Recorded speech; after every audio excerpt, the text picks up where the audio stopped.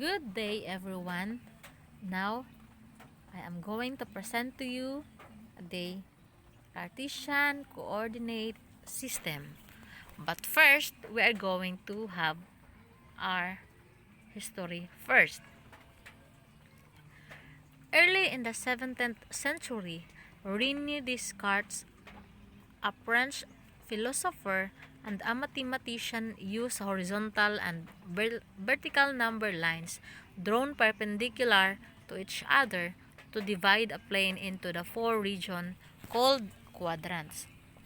So now I have here the Cartesian coordinate system, or also called as Cartesian coordinate plane.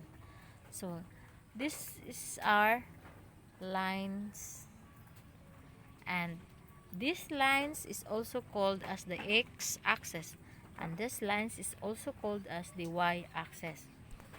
So these two lines is drawn perpendicular lines to form or to draw a four region, or also called as four quadrants.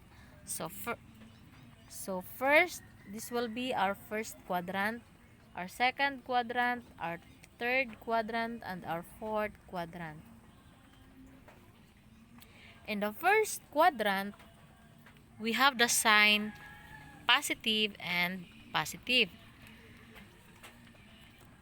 In the second quadrant, we have the sign negative and positive.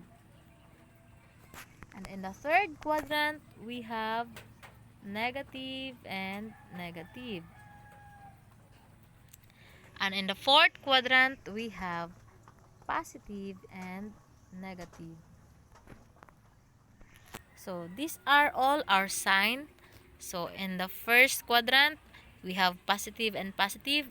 In the second quadrant, we have negative and positive. In the third quadrant, we have negative and negative. And in the fourth quadrant, we have positive and negative.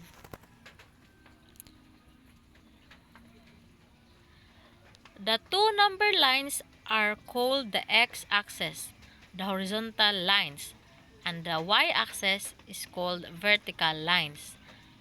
The coordinate or ordered pairs is denoted point on a plane x and y. The first number is the ordered pairs is called the abscissa, and while the second is called the coordinate. So in this plane, we have here a horizontal line, or also called as the x-axis, or also known as the abscissa.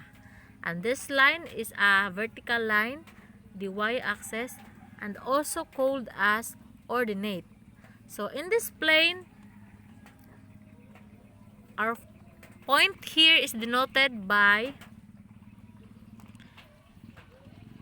x and y. So that's why x and y is coordinate. So now let's have our example first. So the given here is plot the points negative 3 and 2. So this will be our plane coordinate system, and we are going to have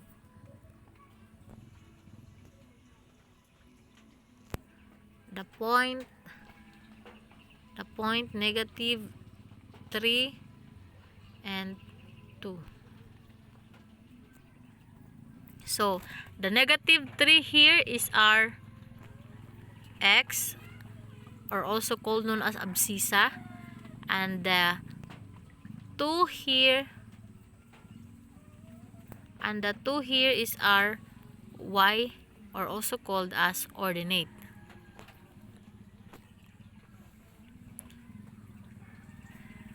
So now in the x-axis, we have the negative 3.